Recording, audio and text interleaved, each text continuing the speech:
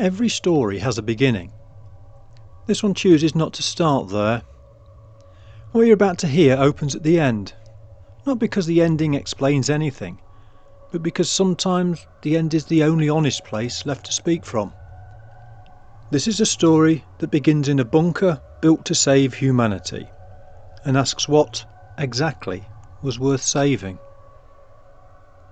And Man Was a Vengeful Creation unfolds in 8 parts, but its epilogue comes first.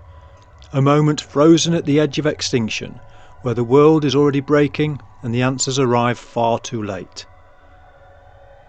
This is not a tale of heroes, it's a tale of reckoning, a quiet accounting of choices made, lines crossed, and consequences that could no longer be outrun.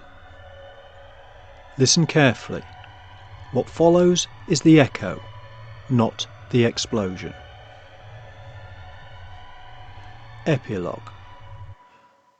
For Sarah Hammond, the monitors were a window into the end of the world, but her mind was elsewhere. The bunker, grimly utilitarian, built to serve as humanity's final sanctuary, was instead a tomb in waiting. The dim, flickering fluorescent lights cast restless shadows on the cracked concrete walls, making everything seem transient, like it all could vanish in the blink of an eye. The bunker groaned faintly, like a ship under strain, and faint trails of dust drifted from the ceiling. The air was thick, stale, and heavy with the metallic bite of fear clinging to her throat. Sarah sat hunched at her workstation, her fingers digging into the desk as though bracing against the pull of something unseen. Around her, the room thrummed with muted chaos, the low hum of generators, the shuffling of papers, and the occasional heart-wrenching sob breaking the oppressive silence. Somewhere behind her, an aide whispered a prayer under their breath, another cursed them for wasting their breath on hope. Sarah barely noticed. She'd been drafted into the bunker's operation team 3 weeks ago, a biologist whose expertise had become irrelevant the moment the world began to collapse. And now, all she could do was watch. Her thoughts clung to home, to the echoes of voices she would never hear again, her daughter's small room, the sunflower-patterned curtains her husband had insisted on keeping, the soft creak of their old wooden stairs. The memory struck her like a physical blow, sharp and cruel. She had told herself she was leaving to help, to be part of the solution, but deep down she had known the truth. Her presence in the bunker wasn't salvation. It was a death sentence, and she had chosen it. She stared at the monitors, unable to look away from the carnage they showed. On one screen, her home city of Manchester was a graveyard of collapsing history. The northern quarter's cobbled streets split open like fractured bone, ancient buildings wrenched apart as though some vast, unseen hand had reached down and twisted them.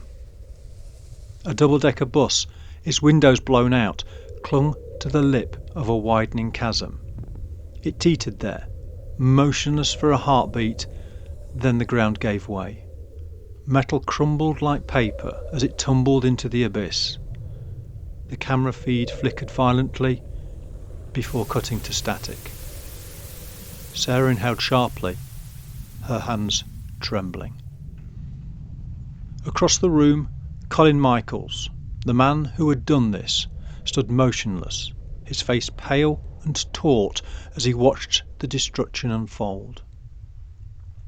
The bunker had been built to protect him, to ensure the survival of leadership, but now it was nothing more than a front row seat to the end of all things. His presence here was a formality. No speech, decree or decision could alter the course of events now. He barely glanced at his aides or the generals that surrounded him. Instead, his gaze was fixed on a screen that showed London, his city, his legacy, and the heart of his now ruined nation. His hands were clasped behind his back, not in authority, but to keep them from trembling. On the largest monitor, the Houses of Parliament were disintegrating in eerie silence. The muted feed failed to capture the tortured groan of stone fracturing, but Sarah could feel it in her bones. Big Ben's iron bell let out a final, fractured toll as the tower twisted, its skeletal remains collapsing in slow, unnatural motion.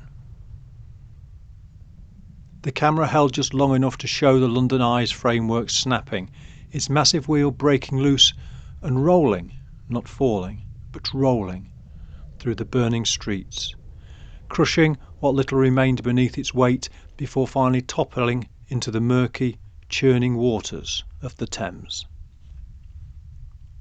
Another screen flickered to Rio de Janeiro.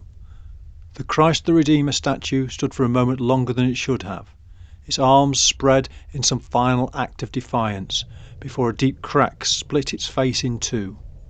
Sarah watched as the pieces of its outstretched arms fell away first, dismembered, before the entire monument crumbled into dust. The camera angle shifted, showing the streets below, people running, screaming, pointing at the sky, but there was nothing above them. The sky was empty, the sun, the clouds, gone. Sarah clenched her jaw, forcing herself to breathe. She didn't notice she had dug her nails into her palms until she felt the sting of broken skin. The ground beneath them rumbled ominously. The bunker trembled like a leaf on the wind. On the monitors, New Delhi dissolved into chaos. A vast sinkhole opened beneath the crowded streets, swallowing cars, buildings and people alike. The feed zoomed in just long enough to capture a mother clutching her child, their faces frozen in terror as they tumbled into the abyss. A street vendor threw his arms around his wife in a final, desperate embrace as the earth beneath them collapsed. Sarah turned away, bile rising in her throat. Her voice was hoarse, but barely a whisper. "This is what we've done." The words tasted bitter, but no one acknowledged her, or maybe no one dared to. Then the generators changed. The steady, familiar hum wavered, subtly at first, just a slight tremor in the sound, but then it climbed, rising, twisting, growing sharper, more frantic, until it no longer sounded like a machine at all. It was keening, wailing, as if the bunker itself was screaming. Sarah stiffened, her breath catching in her throat. The sound built higher and higher, pressing against her skull, needling into her spine, until suddenly there was silence. For a moment, the absence of sound was almost worse. Then the lights flickered once, twice, and the darkness swallowed them whole. Sarah's pulse thundered in her ears. The only thing left was a weak, static-filled radio transmission, a whisper of sound crackling in the void. It was impossible to tell what was being said, but it didn't matter. Sarah's hands trembled as she reached for her throat, fingers curling around the small metal pendant hidden beneath her collar. A St. Christopher medal, a gift from her mother when she was a girl. She'd stopped wearing it years ago, but when the world began to fall apart, she'd slipped it back on, out of instinct. Now she clung to it, pressing it tightly against her palm, as if the smooth, worn metal could tether her to something, anything. She closed her eyes. The silence stretched, thick and suffocating. Then at last, Colin spoke.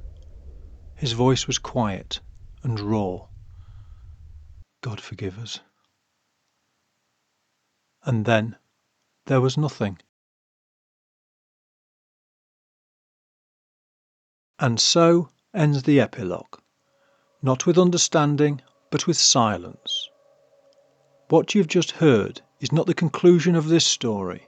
It is the weight that it carries, the stillness after the machines stop, the moment when blame prayer, and regret all arrive at the same place and find no one left to answer them. The parts that follow will not undo what you've witnessed here. They will only show how it came to pass, step by step, choice by choice, until creation itself turned back and asked to be avenged. If you're willing to continue this descent, the next chapter awaits. And if you found something compelling here, unsettling, thought-provoking, or worth lingering on, please consider liking this video and subscribing to the channel, and sharing it with others who enjoy dark, speculative fiction and quiet apocalypses. It helps these stories find the listeners they're meant for. Thank you for spending this moment at the end of the world. The story has already begun.